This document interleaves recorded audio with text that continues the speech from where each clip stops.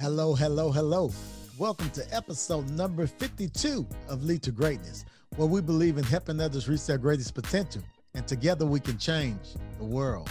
Today on Lead to Greatness, we have Mary Grothe. Mary is a speaker, trainer, and consultant from executive leadership, sales success, motivational, and spiritual. Mary is the CEO and founder of House of Revenue. On today's podcast, Mary shares a tragic moment in her life when her life seems to be going in the right direction, and all of a sudden she was involved in a car accident that shifted her life in a different direction. After spending moments of not knowing what to do and trying to rediscover her identity, she still struggled to what she thought was success, but later finding out she was still empty. Please help me welcome Mary with discovering true success in business.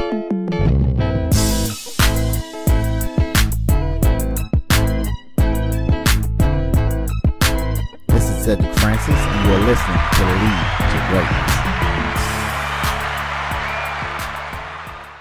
So I grew up in this life of being on the stage in the performing arts. I trained as a triple threat. Dance was my specialty, but I could also act and sing. And it was a pretty unique childhood. I would say there were some challenges in that.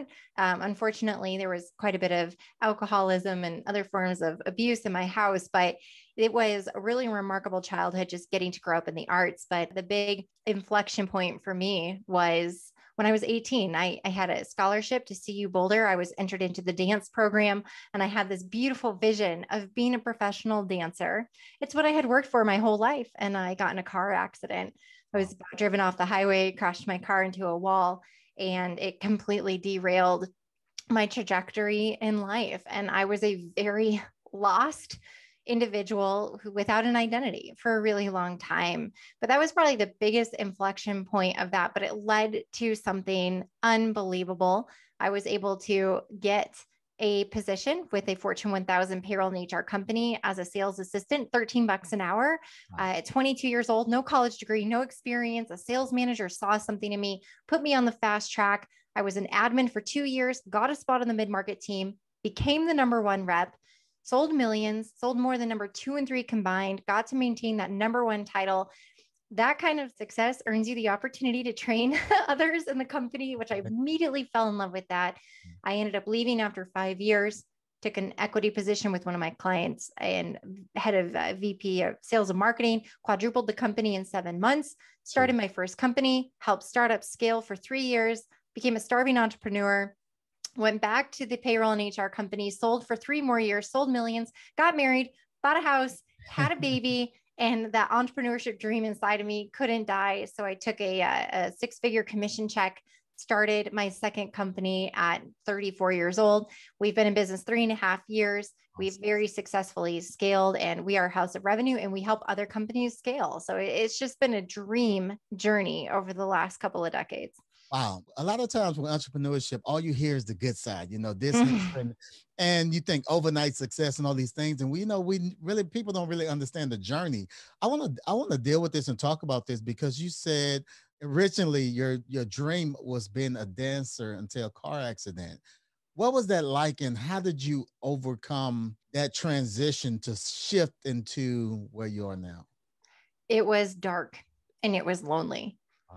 It was devastating. It was a moment that an 18-year-old shouldn't have to deal with.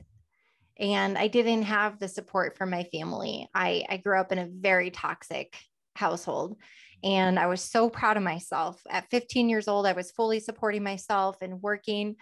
I paid all my bills. I had my own P&L for my life, and I was financially independent. I was a straight A student in high school. I did extremely well in my studies. I was committed to not living the life that my parents had. And so I had this brilliant path and trajectory. And at 18, when the main vehicle of that path being my one true love, my profession and ability and talent in dance was taken away, what I experienced in that time was really tragic loss, because I was also separating from my family. And I was also just trying to grow up.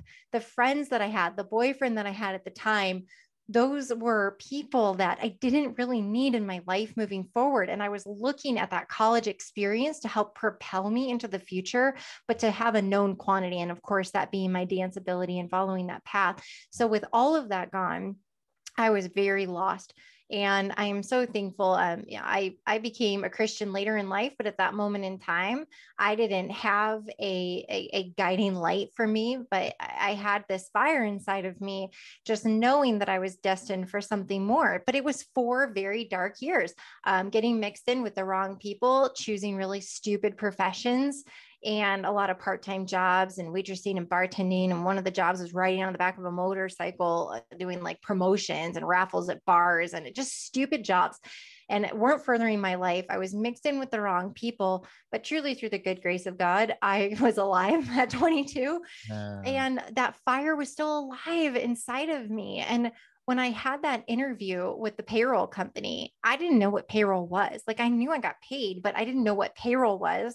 I didn't know anything about the industry.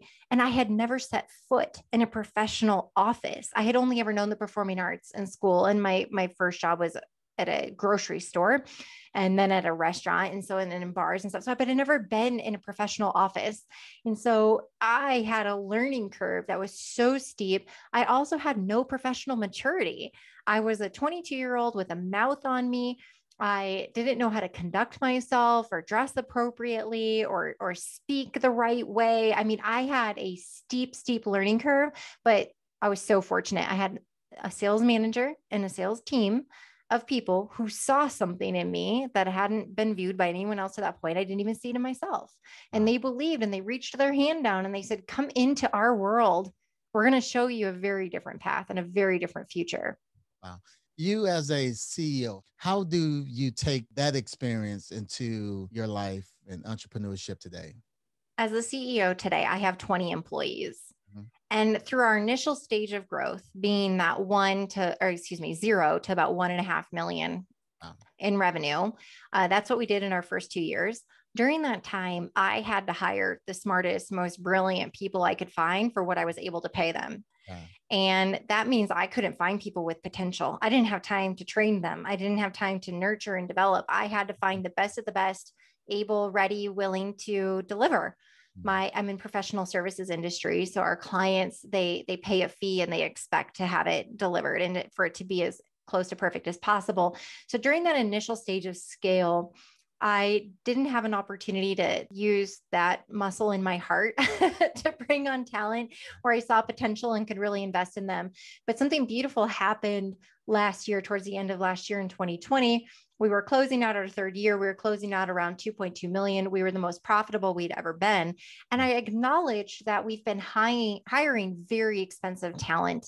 These are people already developed into their careers, and they're also very expensive. And so one of my team members said, I would love for us to explore a hiring strategy where we start bringing in undeveloped, very promising talent that we can groom and have them grow up in our ranks and teach them. And the term grow up within our company doesn't necessarily mean they're out of college or a young age. Anybody that's looking to get into our work, we've been able to build that now going into our fourth year, where we have several team members that are 1 year experience and lower in our industry, that through that recruiting and interview process, we are looking for that fire inside of them with that calling, that they're destined for something greater. They're passionate about what we do, but they have not had a chance to be developed in it. But we can tell when we're speaking to them. I can hear it. I can see it in their body language. I can hear it in their word choice. And we hire for the passion.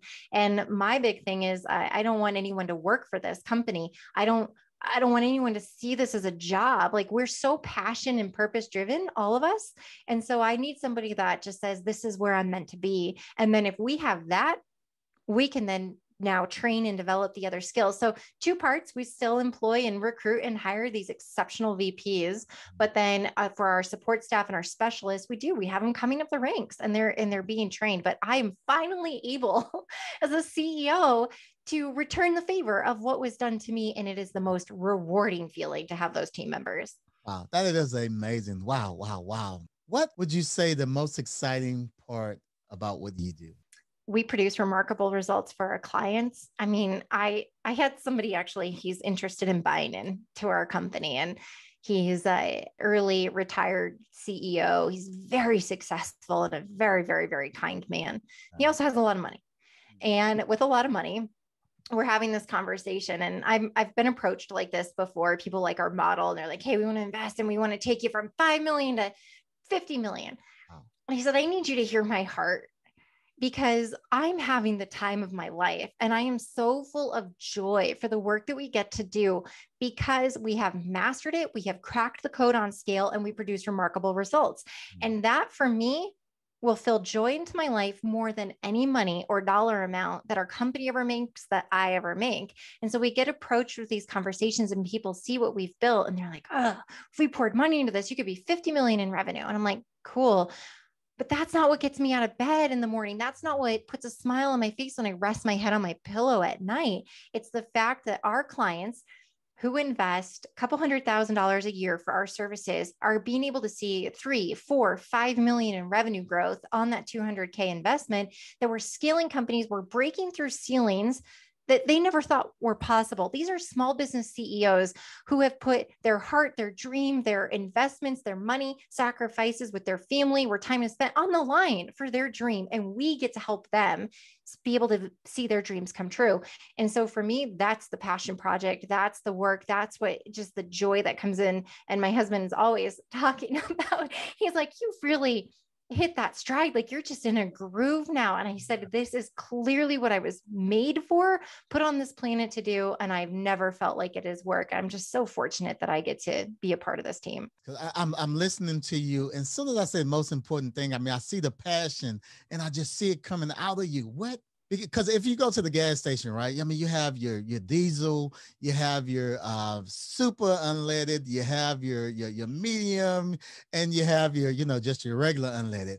What type of fuel are you using to do what you're able to do? I mean, tell us about it. Yeah, I have a saying that I use commonly with my team, and that's, you can't give what you don't have. What you project is what you have internally, and you have to plug into the source. You have to recharge, you have to refuel. And for me, it's the word. I'm a Christian woman, a woman of faith, and I love the gospel. And I just feel like when I became aligned with my God-given talents and purposes, and I acknowledged that, serving and furthering the kingdom, or doing right by people, loving your neighbor, doing good work in this world, being passionate, committed to making your job meaningful, no matter what it is, that is powerful. And it brings back so much joy. And so when I finally got connected with that, that's where I just felt like, I lead by example. I think it's one of those, if I may go here, I believe that Christianity can be a word that when people hear it, they're like, oh, great, here we go. Or they can say, whoa, I can't believe this CEO is boldly proclaiming her faith on a podcast. Like, you don't normally hear that in the marketplace. And it can go one way or the other. And so for me, it's just a way of life. It is not, it's just how I show up. It's how I treat my team. It's how we treat our clients. And I just feel like when you're on that path and you're aligned with your talents and you're in a community of love, passion, and just doing great work, that's all that we're asked to do as human beings, is to be good to others and do great work. My LinkedIn header profile is do remarkable work. It's something I'm passionate about. Like, do not grow weary in doing good, for in due time, you'll reap a harvest if you don't give up. And that was really our theme song during 2020 with COVID, when our company got beat down. I mean, when our clients just got hammered and nobody knew what was going to happen as an outcome. But it's like, we stuck to the principles, we stuck to the foundation. But that is my fuel. It is one guiding principle, and that's to show up and to contribute to this world and to be remarkable and to love people, to serve them. But every person has their own pathway of doing that. We have our own skills and talents. Wow, that is a knowledge bomb. And one of the things I realized, I listen to leadership, I've read leadership books, and it's so funny and strange, is the fact that a lot of the leadership books, it's like the Bible without the verses. I mean, Yes. it's really rewritten.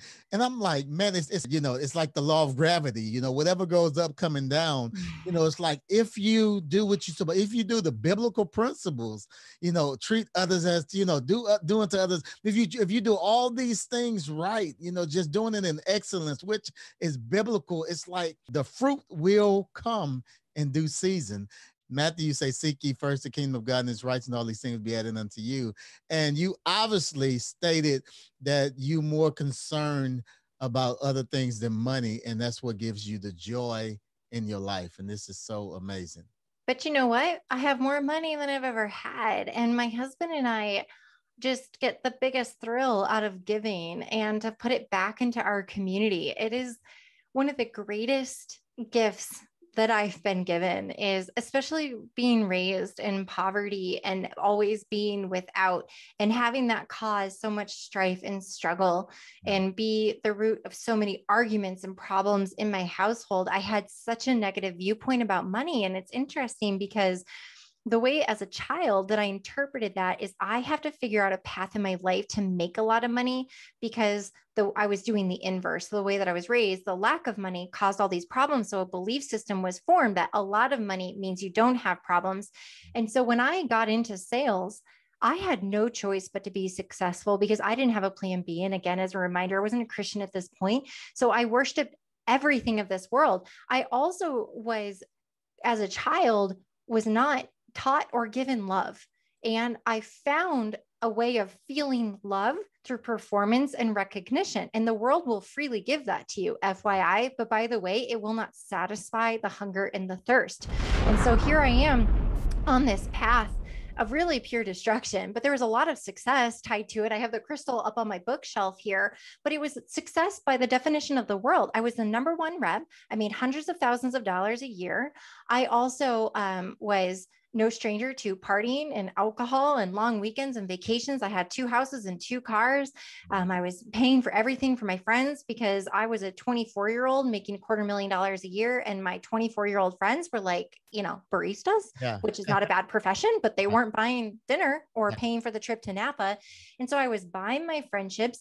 I was blowing the money on everything. And it was a very terrible, toxic way of living. So here I am. I hit my rock bottom at 29 because I did everything the world told me to do.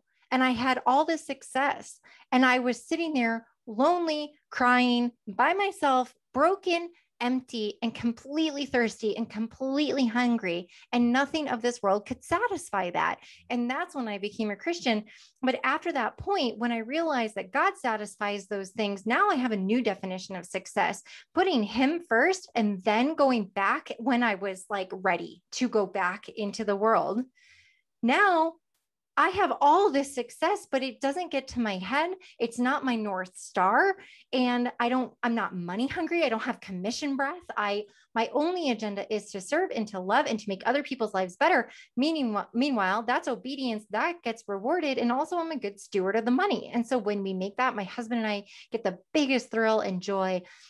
We love, like, pretty much everywhere we go to eat, it's always a $100 tip, no matter what. I don't care where we are. And if it's a bigger meal, then it's more than that. But little blessings like that, just randomly. And then, I just bought a new car. So I just gave my other car away. Like it's just in this thought of what can we do to give back to this community and to the world. And just more importantly than anything financial is reaching your hand out and finding the next person that you can grab a hold of and say, come with me. And let me help you. Let me show you. Let's do this together. And I really feel like that's loving your neighbor. And it's really just bringing them into a whole different elevated kind of lifestyle. Oh man, knowledge bumps. This is awesome, Mary. What was some mistakes or challenges, during that first 29 years of your life, right before things begin to turn around? Well, I made lots of them. I fought at all costs to win and be number one. And that was a true disservice for people around me. And I think there were times that I wasn't truthful. I believe there were times that I didn't do right by others. And I put myself first and I put winning ahead of doing the right thing. I felt like the only way to be anything in this world was to win. And I attached all of my self-worth and identity to that. So it felt like those decisions were made out of survival and therefore they were okay. But I had the wrong North Star. I didn't have the moral compass. And I was just trying to prove anything to anyone that was willing to listen. I wasn't humble. And I look back, and the only person that I needed to prove anything to, that I was worth anything, was myself. Yeah. And I didn't believe that. And I was trying to prove my worth through performance and through accomplishment. I think that really just stemmed from the way that I was raised. I felt like I could get my parents' attention or feel that glimmer of love or acknowledgement when I performed, when I did something great. It was also a product of the fact I grew up in the performing arts. Mm-hmm. And so when I had a great performance, what do you get? You get applause, you get feedback, you get that, that amazing response. And I wanted that. I wanted to be in the spotlight. I wanted to always win. And unfortunately, I allowed those feelings to make me feel whole, when really that's just not the way to be at all. It's been a complete shift. So the biggest mistakes for me were really internal. It was my viewpoint of the world, as a viewpoint of myself. It was the viewpoint of my worth, my identity. Did I do great things during that time, Cedric? Yeah, I did. I did do right by a lot of people. I was a good salesperson. I really genuinely cared about the customer. I really wanted to solve their problems. I've never not had that as a part of my DNA, my soul. I just so genuinely care about other people. But what was happening is my judgment would become cloudy. And I would, in the moment when I had to choose winning or survival over doing the right thing, that's where it would sometimes cross that line. But I think genuinely, I believe I'm a good person, but it was hard in my 20s, just navigating that. I thought I was supposed to win at all costs, when really that's not the way at all. No. I don't think that's winning. That's very selfish, right? I may have won, but did everyone else in the picture? And the answer is probably no. Yeah. When I first started in sales, so I had 2 years as an admin learning the profession. I fought tooth and nail to be put on the mid-market team. They wanted to put me on small business. I was like, I've been on the mid-market team as an admin. I want to sell on this team. It was an uphill battle. I won the opportunity. I went to 2 weeks corporate training. I came back and I had to pick up the phone and actually call people. And I was scared to death. I went into my manager's office and we had a good laugh. Like, I fought for this moment and now I don't know what to do. And he said, call 10 of our existing customers. And I want you to ask them these 3 questions. Number 1, why did you choose our product and service? Number 2, what's the biggest gain or ROI that you've experienced since you've been a client? And number 3, why do you remain a client even with our competition knocking on your door? Well, I didn't have to make all 10 calls. I made about 5. And the beauty in the responses from what I heard from the clients, I thought, wait a second, this is an amazing product and service that we've done nothing but do good things. So then the transformation happened in my brain to say sales isn't a bad thing. In fact, prospective clients should be happy to pick up my call because we do good things here. And so that shift for me removed the fear and I overcame my call reluctance. The belief system I now had was that I could do something very powerful for you and really help make your life better. And so my sales conversations immediately shifted. And so genuinely, truly, genuinely, my heart was in serving that customer. And then where the conflict came in, and I think a lot of young salespeople have this, is you have quota, you have management pressure, you have, especially when you're top performing rep, I'd have my manager coming to me end of month, end of quarter, end of year, like, what else can we close? What else can we get in? Hey, we have an open territory. Can you possibly cover that quota in addition to yours? Like, hey, what do you have in the pipeline? What can we create urgency on? What can we move forward? And that's where it felt like I wasn't following their agenda, the client, the customer. I was following mine. And so I was fabricating instances or manufacturing urgency to get them to say yes to moving forward, even when potentially that timeline wasn't in their best interest, or if I was having to manipulate a certain scenario. So that is something about the sales profession that I find to be very difficult to deal with. And so that's where I felt like I crossed the line in putting my agenda before the client. And unfortunately, I did it a handful of times to get that recognition, to win, to satisfy the needs of my manager and for our team. So that was where it became in conflict. But ultimately, that mentality of doing right by others, it's just been ingrained in me. And I believe it is a core principle. Now, I'm going to tell you something else. In our current company today, House of Revenue, we have 3 core values, and they're in this order: serve first, scale second, succeed always. But when you dissect that serve first, I instruct and I lead by example that our team, we serve ourselves as individuals first. We have to take care of our whole selves. We can't give what we don't have. How are we recharging? What is our fuel? How do we plug into the source? How do we make sure we are whole in our minds and spirituality and mental health and emotional and physical health with our families, our personal lives? How are we our whole selves? Because if we are a whole self, then we can give.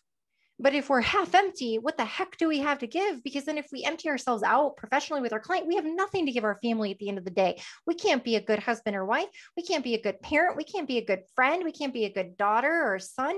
We can't be good to others. And so serving ourselves first is critical. Then when our cup runneth over, when we are our whole selves, then we can give. And so then it's serving each other, our immediate team. So we serve our team next because we have to make sure a team member is never without, because we have to offer something so competitive and brilliant to our clients. With that, then we serve our clients. So before we scale our clients' companies, we have to serve our clients. And that was a big shift we made after the pandemic really set our mind and our heart straight on our work, is we were able to go back to that CEO and say, we have to genuinely love and care for you first before we can scale your company. We have to get right with ourselves and with each other. Then we can worry about your company and how we're going to scale that. But that third core value would be succeed always. And knowing that I refuse to let the world define success. I've already been down that path and it was not fulfilling. It was very dark and empty. And so we come up with success metrics that are so powerful and meaningful that no matter what, we will succeed with that company. So anywho, I just had to bring that full circle for you. Mary, this is awesome. I mean, I'm telling you, I'm really enjoying this. I want to touch back on something because you said something I do believe as well. Self is important. Give the listeners some steps to serving yourself. Good. Put yourself in some quadrants. Can you divide yourself real quick? Put yourself in your mental health, emotional health, your spiritual health, your physical health. And what you think dictates how you feel. The stories you tell yourself, the way that you separate facts from stories, that's going to trigger that emotional state that we are. And I believe from that emotional state is going to dictate then our actions, which really leads into our physical well-being, because it's all about the actions that we're doing. And then the spiritual health, I would say, covers all of those areas. One, I would put it first, because when you're rooted in something bigger than yourself, and for me, that's Christianity. So when I'm rooted in the word and I'm rooted in truth, I then know in my mental health how to separate facts from stories.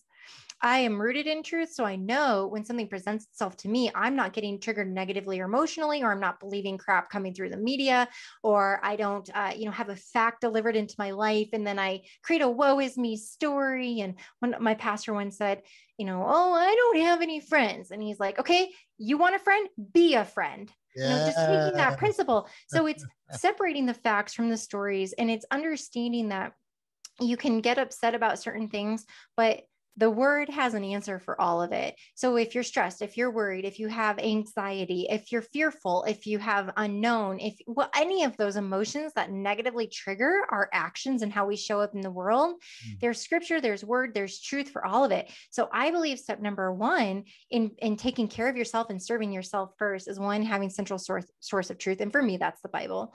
So I am rooted in the word, and it's not a one-time read. It is an everyday read. It's also like when I do my drive into work, I listen either to worship music or I listen to sermons. And that way I'm putting my armor on for the day, which is also in the scripture. I'm armoring myself to be rooted in the truth so that I have this filter to be able to say ideas that are not of what I believe in. They just like bounce off, it's like a shield, like bonk, not going to bother me. Bonk, devil ain't getting to me today. Bonk, not going to believe it. And so I don't even let those come into my world, into my life. And so with that, I have an emotional state that's usually built off of joy and optimism. And again, things that come from the word. And it's all about seed planting, because you reap what you sow. And so the seeds that you're putting into the ground, that's the harvest you're going to get. And that starts with your thoughts. And so what you're telling yourself and the words and everything that's inside of your head becomes what you tell yourself becomes the words that come out of your mouth. It also shapes what's in your heart and it triggers your emotions. And then from there, stem your actions. And so serving myself starts with one, being rooted in the word, having the truth. Number two is understanding all of us are emotional creatures, some of us more than others. I'm a big emotional creature. And so I can get triggered. So it's managing that. So there's a moment of fret. You can manage fret. And that's when you start to get triggered. When you get triggered and you start to go down a negative emotional path, you can actually feel like a warming in your body. You can feel that heat rise. You can feel some of that like butterflies, or I feel it feels like aerosol in my lungs. And I know at that moment that I can intercept that and I can address it before it gets any further. So maintaining that positive emotional state, that puts me in prime position for my actions, my work ethic, my behavior, the seeds that I'm planting from an action standpoint. I love, there's a saying out there that says, what are the cost of your actions and decisions today? What is the future cost of the actions and decisions? So if every action that you did or didn't do today had a dollar amount assigned to it, and whether that's like physical currency or you're looking at deposits that you're making into your relationships with people, or words and bring life or death, right, that you're saying to other people, looking at those deposits and that currency, however you want to measure it, of your actions. And then that's just going to yield that performance, and it goes right back into your mental thinking. And so anyway, that for me is how I believe of serving yourself. And there's physical activity in that. You know, when you're emotionally well, you have energy and you can be active and you can take care of yourself, your well-being. Also, when you're emotionally well, you don't do things like emotional eat or feel like you need to go binge on alcohol or something else because you're trying to cover up a deficit inside of you. So if you're emotionally well, you actually just don't even have a desire to do those things, and you want to be active and physically fit. And so all of that then feeds back in positively to that mental state. So I believe that's a virtuous cycle or a vicious cycle, but that's how we talk about serving ourselves first and being that whole being. You know what? I was going to go somewhere else, but I have to stay here because we both would do the audience a disservice if I didn't stay on this path. So I want to continue with this question. You talked about serving yourself. I'm taking notes. The second thing you said, serving your team. Let's talk about that. And then we're going to talk about serving your client. Yeah, serving the team. Well, one, I'm a CEO. I have great responsibility. I said yes to running this company. And you know what my team did? They said yes to working for me. They said yes to aligning with my vision. They said yes and a commitment to carrying this out and doing remarkable work for our clients. If I don't serve them at that same level that I'd serve myself and care about them, genuinely care about them, then why am I in a leadership position? And that's something that I firmly believe in, that I feel that many CEOs and leaders miss the mark on that. They feel like it's a privilege that the employees get to work for this company. I work for my team. And if I extended an offer to them, then that's a mutual agreement between the two of us. So I feel a great responsibility in coaching and mentorship and development, creating a culture and an atmosphere where people are so well taken care of. And this is what I have proven. And this was a shift that we made when COVID came through and slashed our business. We lost 60% of revenue in our team, and we had a chance to rebuild. And during that time, I realized that I wasn't making those investments in our team members. Our new core values were born out of COVID and how that changed our business. And when I realized I'm not investing in these people, I'm taking their work for granted. I am putting unrealistic expectations around them. I care more about the profit than I care about the people. And that was very backwards. Funny. I cared more about the profit than the people. Jeez. And that year we did 16% profit. And then when I started caring about the people more than the profit, we did 27% profit. So just FYI for everybody who needs proof and statistics. But anywho, so for me, it starts with serving the team. It starts with me as a leader. I have to lead by example. And it is a commitment. So there's something I've learned, and it's called calmness. You can tell I'm a really passionate person. So when I'm leading and when I'm in communication with my team, if I come off this strong and this passionate, that's actually intimidating sometimes to people. So I've embraced calmness. Wow. And there's a lot about wisdom and calmness in Proverbs, FYI, if you're looking for any good reading, and how to be and to hold your tongue and to be very strategic in the words that you choose to use and the demeanor in which that's presented to somebody. But love always wins. And so for me, with my team, I create an environment of calmness so that we have an opportunity to have real conversations. They are encouraged and comfortable to bring problems forward, because I'd rather work through and help them solve that problem rather than them be intimidated and be like, I can't tell Mary about that. Oh my God. And then the problem becomes worse because they don't know about it and they're not encouraged to allow me or another team member to help them solve that. So that's the culture that's created. Also, I genuinely care about people. And I have made decisions. I made one this morning. I have a team member that asked permission to enter into an MBA program. And she's been in it for, 6 to 8 months at this point. She's nearing the end of a semester. She has a huge project due. And we've created the culture that even though I assigned her a project and I gave her a deadline, and I checked in on that today, and I said, where are you on this project? She gave me an update, but she knows that she has an opportunity to say, but the project deadline also coincides with my final for this class. And it is pretty much my entire grade for the class. And I need to allocate time. And without a doubt, I said, our project can wait. I want you to ace that. This is important to you. You've made an investment. I want all of this on hold. You need to focus on that project. I want your energy on it. I want you to close that out so that you can win there. And then we can get to this project. It can wait. So that's an example that she felt even comfortable enough bringing up. She didn't ask permission. She just bring it up. And she knew I was going to respond to that. But that's the culture that we have, because we have to be whole beings as employees. And if that's important for a team member to get an MBA, by golly, I'm going to support that for her. And if I create the room for her to further her education and to get that, there's that rule of reciprocity and the opportunity that we're creating by having this flexible work environment and culture. Do you know how much more inclined she is to go above and beyond and perform? Absolutely. So then the next extension of that is we lead by example, we being me as that CEO, and also then the team members see it modeled and they see it in action. That becomes the way we do things. Guess what? The team does it for each other. And so now we have this culture that it's like no man, woman left behind. We have high expectations. We have extremely complex projects. Our clients pay a lot of money for what we do, but we get exponential returns. So they're willing to make the investment. But when a team member gets stuck, boom, they just ask the question, I need help. Who has experience in this? I'm a day behind on this project. Who has extra bandwidth? And I will tell you, it is the most beautiful thing I've ever seen. Nobody in this company is selfish. Nobody's more important than the next. I will watch a flood of team members raise their hand and offer to help. And we have Slack as our communication tool. So I have all these channels. And every time I see a team member ask for help, it is within seconds that another team member is responding. I'm almost getting emotional about it because it has just means so much to me that this is my company and this is my vision. This is my baby. And I have 20 team members that do this with the same heart and commitment and passion that I do. And I've never seen that in any company, but it's the culture that's created. And I have to just reinforce it one more time. I'm just so proud of them. And my hope is that I'm not a fool. And I know that this team I have today, I'm not going to have them forever. Life cycle of an employee is usually about 3 years, even in a great environment.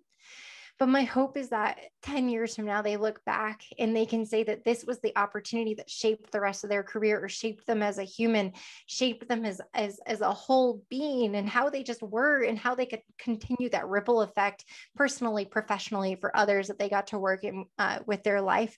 But it's truly one of the most beautiful things that I've ever seen. I've personally never been a part of a team like that cares so deeply. And I get to witness it every single day. It's just beautiful. It's awesome. You get to create servant leadership. This is amazing. One more thing I do want to talk about. So we talked about serving yourself, serving your team. So let's talk about serving your clients. Yeah. Do you know who our client is? They're CEOs. I can say this because it's me too. You know, we're crazy. CEOs are a little bit mix of crazy and a little bit mix of brilliant and a little bit mix of risk taker, a little bit mix of visionary and hard worker. At the end of the day, they're humans. And where we had it wrong in our first year and a half as a business, we cared about the numbers. We cared about metrics. We cared about success metrics. We cared about revenue. And we did that first, besides caring about them. And then we would be in conflict, and there was friction a lot because we weren't aligned with our CEOs. It was our way and their way. And then we'd have these internal talks about our good clients and the bad clients. And it's like, well, whose responsibility is this to have all good clients? That's my responsibility. Why do we have this division? And then I realized, and I did the homework again. Thank you, COVID, for disrupting my life and doing work for me that I wasn't prepared or willing to do on my own. But I had to go and do this homework, and I had to dissect, and I had to look back, because I only wanted to build good moving forward. I didn't want to repeat past mistakes. And I was given the opportunity to have extra time to do this assignment. But I went back and I looked at those engagements specifically at the CEO, because that's who we serve. That's who our client is. Whew. And I can trace back in every engagement to where we could have done something different, where we were out of alignment, where we didn't ask the questions. And I acknowledged that, and we implemented it as a team, that we learn who that CEO is. And it is a very emotional connection, because find me a CEO who it's their own owner led. So it's they're the founding CEO. It's their baby, their vision, their company. They've reached a revenue plateau. They're stuck.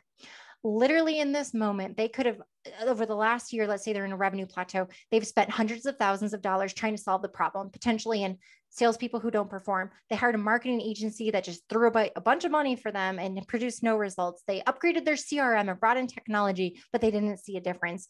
They're trying to solve the problem. They don't know how to do it. They are potentially looking at the fact that their business may not survive, that they don't have a path forward. And that is a very scary, and it's an emotional situation for a CEO. If we don't meet them there in that conversation, how do we earn the opportunity and the right to say, hand over the keys to your kingdom, because we're going to scale this bad boy? We have to earn the opportunity to do that so that we're in alignment and we earn their trust and we have that credibility, and ultimately we get to do it together. So in that initial conversation and series of conversations with the CEO, step number one is telling them our process. And some of them out of the gate are like, okay, this may be a little kumbaya, like just scale my company. And we'll say, great. But in order for us to do that, we have to be aligned. And I have the data to prove that if we're not, there's going to be friction and we will hinder our results. So in getting alignment, we have to get the backstory. We have to understand what they've tried, what they didn't. We have to understand what's on the line. We have to get why they even started this business, how it's transformative in their life and their family and their future, what they're in it for, what their possible exit options are, the milestones. Is this something to keep in the family for years? Is this a legacy? What is it? What are we doing? Or maybe they're just so passionately committed to solving a social issue. Like one of our newest clients we just signed, our team is crazy about them. They have an interviewing platform that removes bias for diversity and inclusion. I mean, they're solving one of the biggest social issues that we have today. And their hearts, there's 4 executives. They're working for barely any salary. They just closed a seed round. They are so invested in solving this problem, and we're going to help them scale to do that. But if we were just coming in like, okay, here's your award-winning sales playbook, and these are, no, it's like, we got to get in on that passion. We have to get in on the why. And our team is so emotionally aligned. That executive team is putting on the line. Our team's putting on the line, and together, because of that connection and serving that common purpose, that is where we started to get this like 1,500% ROI, which we didn't have in the first year and a half of being in business. So that's what we mean by serving the CEO. Mary, the sky is the limit for you, man. And this is awesome. It's really, really, really, man, you're an amazing person. You're an amazing person. You're doing some amazing things. Your heart, I love it. I love your spirit. I mean, it's leaping out. I know the Lead to Greatness community, whether they're listening on iTunes or watching on YouTube, is going to feel your passion and your heart. If someone wanted to connect with you and what you're doing, where should they go? Well, houseofrevenue.com is a great place to learn about our company. There's a couple of freebies for you that could be tremendously helpful. Part of this heart of serving is we've helped companies just have access to what we do, and they can implement on their own if that's a path they prefer. So there's 2 downloads that could be beneficial for you. One is our ebook. It's a methodology of scaling revenue holistically. And there's another document, which is our 12-month program outline. So it takes you step by step of all the key areas of focus that you can highlight within your organization. If you really want to try to do this on your own, there's also a marketing audit checklist, a sales audit checklist, a RevOps audit checklist, so that you can really benchmark the health both of these revenue departments, but it's all of our work. It's all out there. It's free. Go grab it. If you actually want to have a conversation, there's a button on there to make that happen. If you're interested in connecting with me personally, you can do that on LinkedIn. Grothe, Grothe is my last name. And marygrothe.com has access to more of me personally. And so if anybody is enjoying what they heard today, want to connect there, I have a blog, a personal blog that I love maintaining there, and then also access to some of my keynotes and other work. I know the Lead to Greatness community is going to be better because of this interview. On behalf of the Lead to Greatness community, I want to thank you so much for taking time out of your busy schedule and adding value to us. Oh, thank you for allowing me to be here today. Such a pleasure. And don't forget to subscribe to Lead to Greatness if this is your first time. And this podcast was helpful to you, leave a big thumbs up. And also, I want you to check out our Marriage Coach podcast, the podcast with my wife and I. If you're on iTunes, please rate this podcast and leave a review and help get the word out. Again, thank you, Lead to Greatness Nation, for joining us on today. Looking forward to seeing you again on next week. Till then, remember, if you help others reach their greatest potential, together we can change the world. Peace. We out.